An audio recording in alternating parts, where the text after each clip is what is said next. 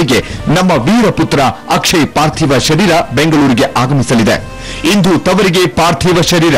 ಹುತಾತ್ಮ ಯೋಧ ಅಕ್ಷಯ್ ಪಾರ್ಥಿವ ಶರೀರ ಇಂದು ಯಲಹಂಕದ ಏರ್ಪೋರ್ಟ್ಸ್ಗೆ ಆಗಮಿಸಲಿದೆ.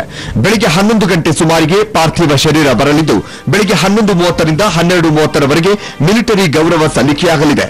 ಮಧ್ಯಾಹ್ನ 12:30 ಬಳಿಕ ಯಲಹಂಕದ ನಿವಾಸಕ್ಕೆ ಪಾರ್ಥಿವ ಶರೀರ ರವಾನೆಯಾಗಲಿದೆ. ನಂತರ ಸಾರ್ವಜನಿಕರಿಗಾಗಿ ಅಂತಿಮ ದರ್ಶನಕ್ಕೆ ವ್ಯವಸ್ಥೆ ಮಾಡಲಾಗಿದೆ. ಮಧ್ಯಾಹ್ನ 2 ಗಂಟೆಯಿಂದ ಸಂಜೆ 4 ಗಂಟೆಯವರೆಗೂ ಅಂತಿಮ ದರ್ಶನದ ಬಳಿಕ ಸಂಜೆ 4 ಗಂಟೆ ಬಳಿಕ ಹೆಬ್ಬಾಳದ ಚಿತಾಗಾರದಲ್ಲಿ ಅಕ್ಷಯ್ ಗಿರೀಶ್ ಕುಮಾರ್ ಅಂತ್ಯಕ್ರಿಯೆ ನಡೆಯಲಿದೆ. ಇನ್ನು ಜೈನ್ ಕಾಲೇಜಿನಲ್ಲಿ 2003ರಲ್ಲಿ ಬಿಎಸ್ಸಿ ಪದವಿಗೆ ಸೇರಿದ ಅಕ್ಷಯ್ ಭಾರತೀಯ ಸೇನೆಗೆ ಸೇರುವ ಆಸೆ ಚಿಗುರಿದ್ದು ಕೂಡ ಆಗಲೇ. ಬಿಎಸ್ಸಿ ಪದವಿನ ಅರ್ಧಕ್ಕೆ ಬಿಟ್ಟು ಡೆಹ್ರಾಡೂನ್ನಲ್ಲಿ ಟ್ರೈನಿಂಗ್ ಪಡೆದು ಭಾರತೀಯ ಸೇನೆಗೆ 2007ರ ಅಕ್ಟೋಬರ್ನಲ್ಲಿ ಸೇರಿದ್ರು. ಮೇಜರ್ ಅಕ್ಷಯ್ ಗಿರೀಶ್ ಕುಮಾರ್ ನಮ್ಮ ಕೆಡೆಟ್ ಆಗಿರೋ 2003ನಲ್ಲಿ. ಅವ್ರಿಗೆ ಕೆಡೆಟ್ ನಲ್ಲಿ ತುಂಬಾ ಇಷ್ಟ, ಇಂಡಿಯನ್ ಆರ್ಮಿ ಜಾಯಿನ್ ಮಾಡೋಕ್ಕೆ ತುಂಬಾ ಇಷ್ಟ ಅವ್ರಿಗೆ.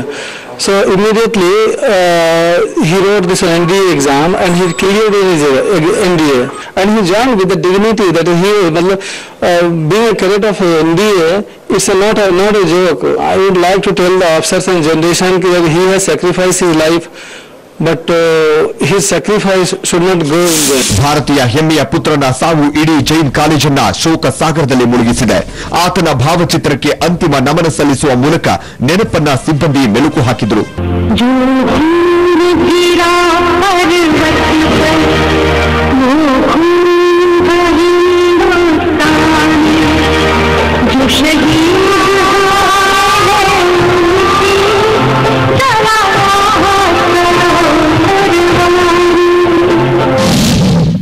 NCC ಅಂದ್ರೆ ತುಂಬಾ ಡಿಸಿಪ್ಲೈನ್ಡ್ ಆಕ್ಟಿವಿಟೀಸ್ ಇರುತ್ತೆ ಅಲ್ಲಿ. ಸೊ ಆಕ್ಟಿವಿಟೀಸ್ ಎಲ್ಲ ಮ್ಯಾನೇಜ್ ಮಾಡ್ಕೊಂಡು ಅವ್ನು ರೆಗ್ಯುಲರ್ ಆಗಿ ಒಂದು ಲ್ಯಾಬ್ ಅಥವಾ ಒಂದು ಕ್ಲಾಸ್ ಮಿಸ್ ಮಾಡ್ದಂಗೆ ಕ್ಲಾಸಸ್ NCC ಆಕ್ಟಿವಿಟೀಸ್ ಪರ್ಫೆಕ್ಟ್ ಆಗಿ ಬ್ಯಾಲೆನ್ಸ್ ಮಾಡ್ತಾ ಇದ್ದ.